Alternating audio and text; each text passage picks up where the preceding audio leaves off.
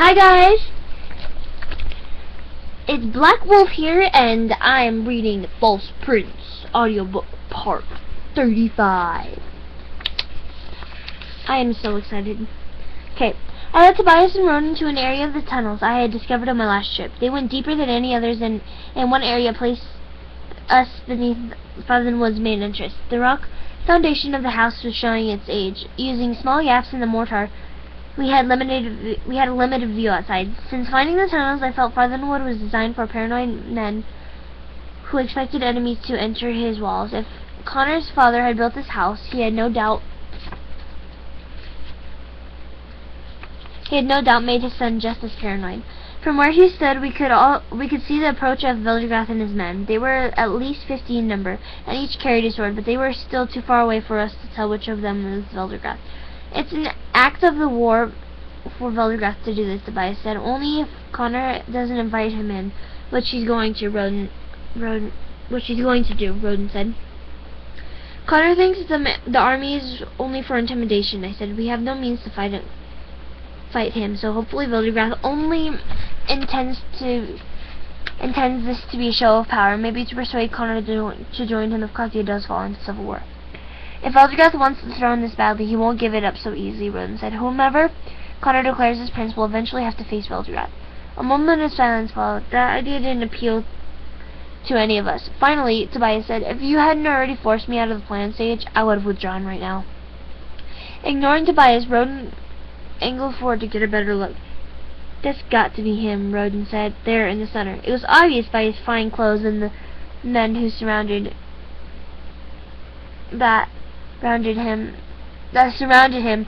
that this was Veldrath. He had the hair color of midnight, which he wore pulled back behind his head so tightly I wondered how he could blink. His face was constructed of hard angles and long lines. I tried to imagine him as king of Krathia. If a person could be judged solely on appearances, this man was a tyrant. Connor walked out to Veldrath, and they greeted each other with courteous bows. My old friend, Connor called out, loudly enough that we were able to hear him. To what do I owe the honor of your visit? I'd heard troubling news about you, old friend. The way Veldrath voiced old friend, it was clear he considered Connor anything but that. May we speak in private? Certainly. In anticipation of your arrival, I've had my chef make up some soup for your traveling companions. They must be hungry. Perhaps we should eat first, Veldrath said. I anticipate you feel less hospitable to me after we talk business. With that, Connor led Veldrath and a few men inside, while the rest dismounted as Connor's servants assisted them in caring for their horses. Why does Connor help them? Ronan asked. I'd send them on the way. I'd give them a soup, Tobias said, then grinned. I'd use the rottennest meat in my stores and hope they all got sick on it. It's a diplomacy, I said, irritated they couldn't see it. It's all Connor can do right now. And for all our sakes, let's hope it works. Come on. They followed me up another bend in the tunnels to the main floor. We were near a secret door behind the tapestry in Connor's office, where they were certain to have their private meeting. Although their voices would be muffled, we could hear them from where we stood. Tobias whispered, if they eat first, it'll be a while. So we waited. It was impossible to determine the passing of time from here. Although with a sting in my back and ache in my legs, it probably felt longer than it really was. Tobias and Ronan wanted to stay, but I reminded them that any position they took now they would have to maintain after Connor and Veldrath entered, or risk making a noise that would give us away, so we all stood in silence. After a very long time, we heard Connor's voice as he entered the office. I always feel bad news is better handled on a full stomach, don't you agree? It's only bad news if you're up to something you shouldn't be. My fist clenched at Veldrath's arrogance. Even if he was correct in his suspicions, Veldrath wasn't king yet and had no right to question Connor. We heard the squeak of Connor's chair as he sat, and his invitation for Veldrath to sit as well. Then Connor said, You should explain yourself. Am I accused of doing something wrong? The betrothed princess was here for dinner last night, correct? Yes, she's a lovely woman. A bit distressed, though, at having heard news about deaths of King, Queen, and Prince Darius. She heard it only as a rumor. Veldrath huffed. A rumor that you and I both know to be true. to be facts. Obviously, you could not confirm or deny to her, but she told me everything else he said, something that I find remarkable. He told her Prince Jaron may be alive. I believe he is. We sent 3 regions to Israel to determine this. Have you heard any news from them? No. Then how are you to come to the sudden conclusion? Connor hesitated a moment. And said, old friend, you seem to stress at the possibility. Don't you see what a great advantage it would be to the kingdom if Prince Jaron was still alive?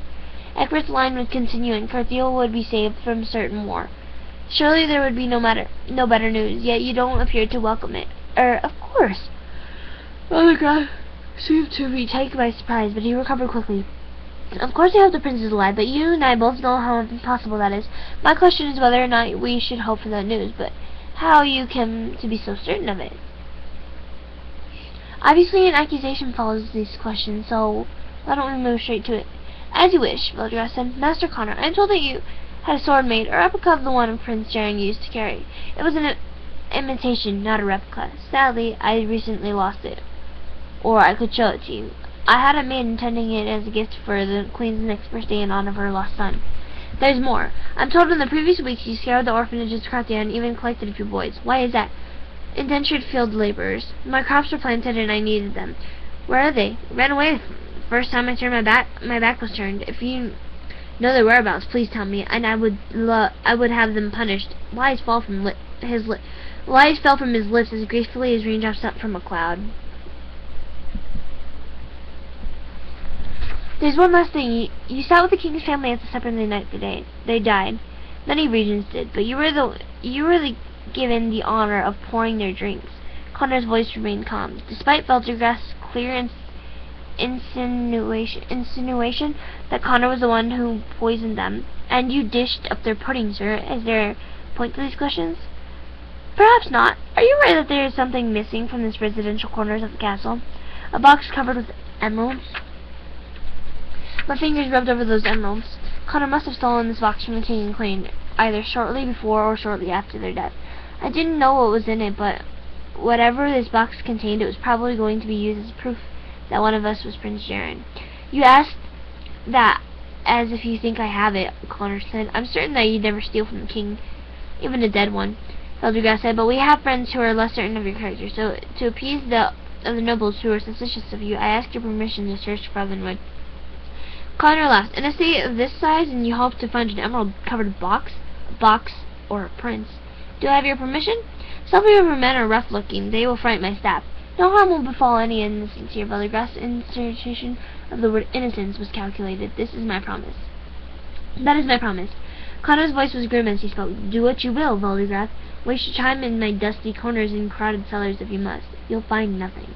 We didn't dare move until after Veldergrass had left the room, when Tobias turned to me and hissed, you know these tunnels. Are they safe?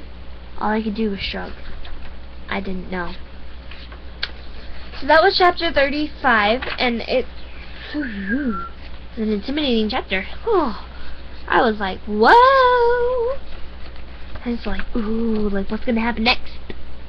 So, same as usual, the list of books for audiobooks, list of games for game shows, comments, what you'd like to see me do, challenges, songs. I will give you shout outs, and please subscribe. Goodbye. That's the same as always, so goodbye.